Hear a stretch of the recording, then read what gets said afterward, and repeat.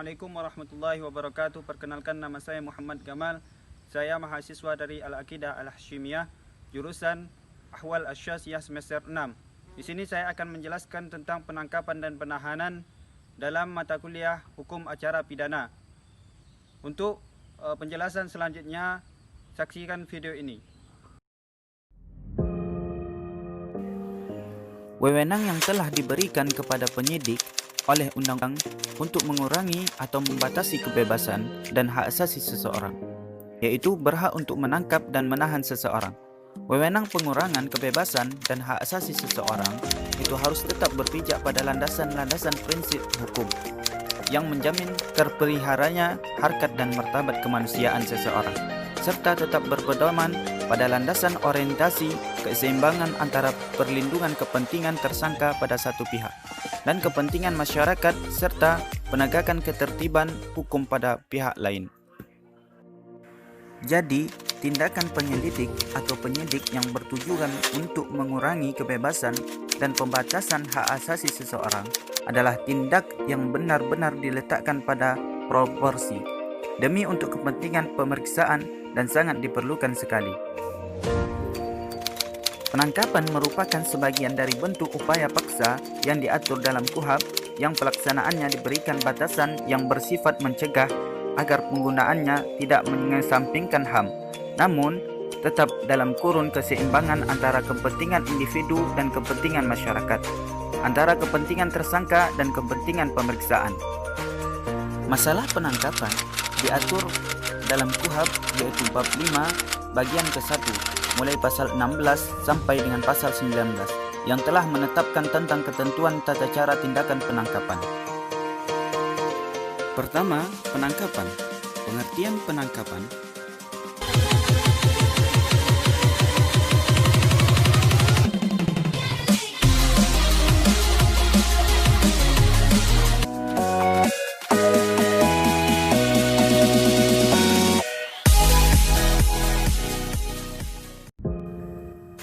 menurut pasal 1 angka 20 KUHP bahwa yang dimaksud dengan penangkapan adalah suatu tindakan penyidik berupa penangkapan adalah suatu tindakan penyidik berupa pengekangan sementara waktu kebebasan tersangka atau terdakwa apabila terdapat cukup bukti guna kepentingan penyidikan atau penuntutan dan atau peradilan dalam hal serta menurut cara yang diatur dalam undang-undang ini.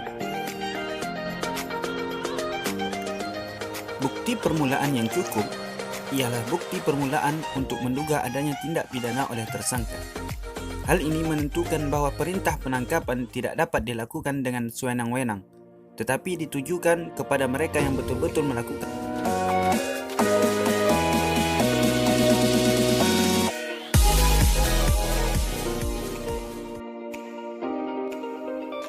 Adapun tujuan penangkapan agak berbeda dengan tujuan penggeledahan, yaitu penggeledahan dimaksudkan untuk kepentingan penyelidikan atau penyidikan, sedangkan tujuan penyitaan adalah untuk kepentingan pembuktian, terutama ditujukan sebagai barang bukti di muka persidangan.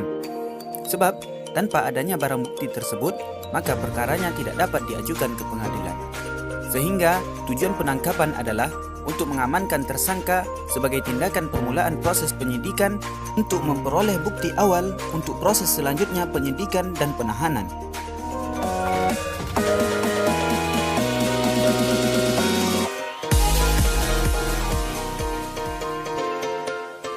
Sedangkan alasan dasar hukum penangkapan menurut pasal 17 KUHP bahwa seseorang dapat ditangkap atau perintah penangkapan apabila terhadap seseorang yang diduga keras melakukan tindak pidana berdasarkan bukti permulaan yang cukup. Demikian pula menurut pasal 19 ayat 2 KUHP bahwa terhadap tersangka pelaku pelanggaran tidak diadakan penangkapan kecuali dalam hal ia telah dipanggil secara sah 2 kali berturut-turut, tidak memenuhi panggilan itu tanpa alasan yang sah.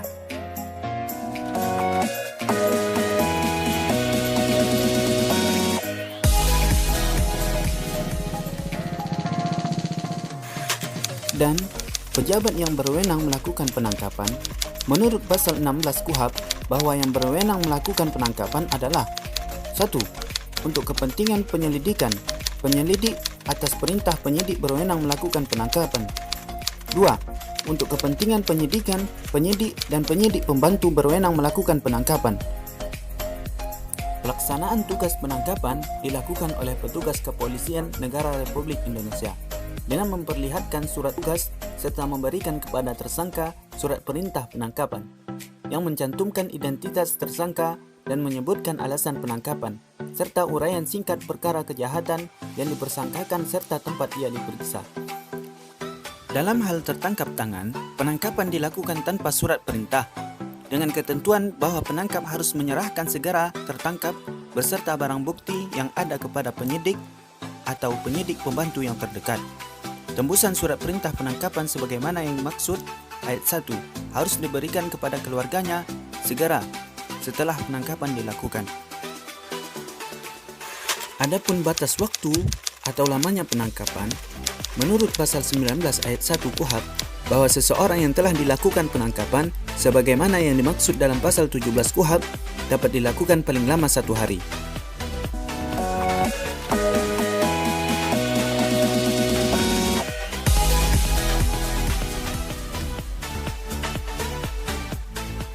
Menurut pasal 18 KUHP, bahwa untuk melakukan penangkapan, maka yang perlu diperhatikan adalah A. Pelaksanaan tugas penangkapan dilakukan oleh petugas kepolisian negara Republik Indonesia dengan memperlihatkan surat tugas serta memberikan kepada tersangka surat perintah penangkapan yang mencantumkan identitas tersangka.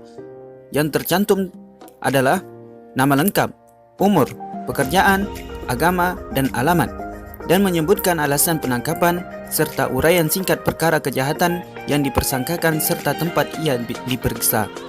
B.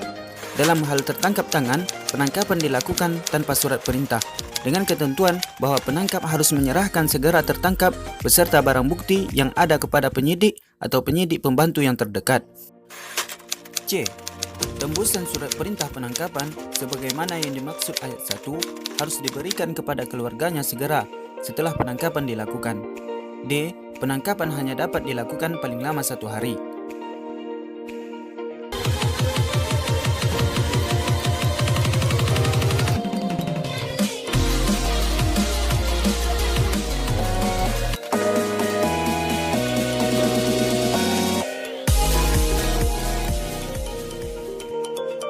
Menurut pasal 1 angka 21 KUHP, bahwa yang dimaksud dengan penahanan adalah penempatan tersangka atau terdakwa di tempat tertentu oleh penyidik atau penuntut umum atau hakim dengan penetapannya dalam hal serta menurut cara yang diatur dalam undang-undang ini.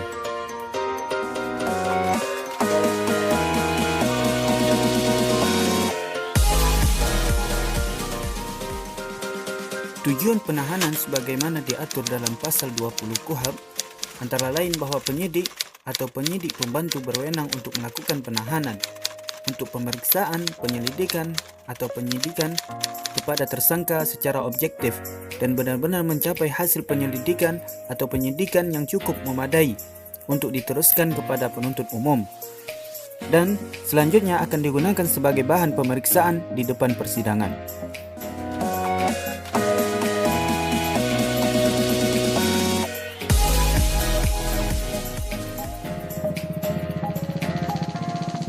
Dalam pembahasan tentang penangkapan telah dibahas bahwa seseorang yang diduga melakukan suatu perbuatan sebagai tindak pidana, maka penyelidik atau penyidik berwenang untuk menangkap orang tersebut dan berdasarkan bukti permulaan yang cukup pasal 17 KUHP, maka proses selanjutnya tersangka dapat dilakukan penahanan. Alasan subjektif. Alasan subjektif yaitu didasarkan atas penilaian penyidik atau penyidik pembantu, penuntut umum, dan hakim pengadilan negeri, pengadilan tinggi, dan Mahkamah Agung. Karena tersangka atau terdakwa dikhawatirkan akan melarikan diri. Tersangka atau terdakwa dikhawatirkan akan merusak atau menghilangkan barang bukti. Tersangka atau terdakwa dikhawatirkan mengulangi lagi perbuatannya. Alasan objektif. Alasan objektif yaitu berdasarkan atas kondisi objektif tindak pidana yang dilakukan tersangka atau terdakwa dipandang cukup berat atau serius sehingga diancam pidana paling lama 5 tahun atau lebih atau kurang dari 5 tahun. Namun oleh pembuat undang-undang, tindak pidana tersebut dianggap dapat meresahkan atau mengganggu ketentraman atau ketertiban masyarakat, seperti kejahatan pembunuhan, narkoba, dan lain-lain. Kewajiban aparat dalam melakukan penahanan yang wajib dilakukan aparat antara lain sebagai berikut. Surat perintah penahanan atau penetapan hakim harus mencantumkan identitas lengkap tersangka atau terdakwa yang menyebutkan alasan penahanan serta uraian singkat perkara kejahatan yang disangkakan atau didakwakan serta tempat ia ditahan. Kemudian, tembusan surat perintah penahanan atau penahanan lanjutan atau penahanan hakim harus diberikan kepada keluarganya atau penasihat hukumnya. Selanjutnya ialah jenis penahanan yang dikenakan terhadap tersangka atau terdakwa harus dicantumkan dalam surat perintah. Kemudian, lamanya tersangka atau terdakwa ditahan dan dasar hukum penahanan dan pasal yang disangkakan atau didakwakan terhadap tersangka atau terdakwa. Dan surat perintah penahanan harus dibuat mendahului dilakukannya penahanan, tanggal, bulan, dan tahun pembuatan surat penahanan, dengan menyebutkan secara lengkap nama pejabat yang mendapat surat perintah penahanan dan pejabat yang memberi perintah penahanan tersebut, termasuk pangkat, NRP, dan jabatannya.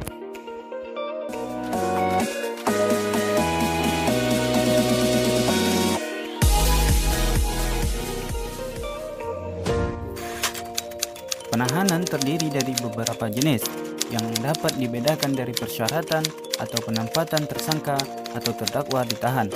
Adapun jenis penahanan sebagai berikut. 1. Penahanan rumah tahanan negara, yaitu penahanan yang dilaksanakan di dalam tempat atau gedung yang diberi status sebagai rumah tahanan negara atau rutan. 2. Penahanan rumah, yaitu penahanan yang dilaksanakan di rumah atau tempat tinggal atau rumah kediaman tersangka atau terdakwa dengan mengadakan pengawasan terhadapnya untuk menghindarkan segala sesuatu yang dapat menimbulkan kesulitan dalam penyidikan, penuntutan, atau pemeriksaan di sidang pengadilan. 3.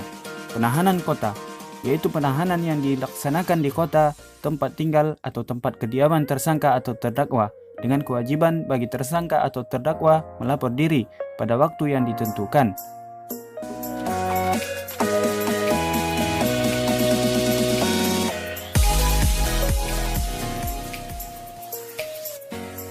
Cara penahanan atau penahanan lanjutan baik yang dilakukan oleh penyidik maupun oleh penuntut umum serta oleh hakim ahli dengan jalan memenuhi ketentuan pasal 21 ayat 2 dan ayat 3 KUHP sebagaimana berikut. 1. Penahanan atau penahanan lanjutan dilakukan oleh penyidik atau penuntut umum terhadap tersangka atau terdakwa dengan memberikan surat perintah penahanan atau penetapan hakim. Pelaksanaan kedua jenis penahanan terdapat perbedaan, yaitu perbedaan sebutan. 1.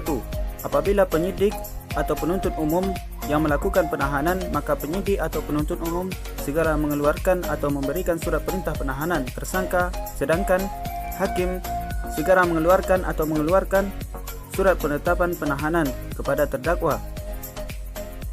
2. Surat perintah penahanan atau surat penetapan penahanan harus memuat hal-hal. 1. Identitas tersangka atau terdakwa.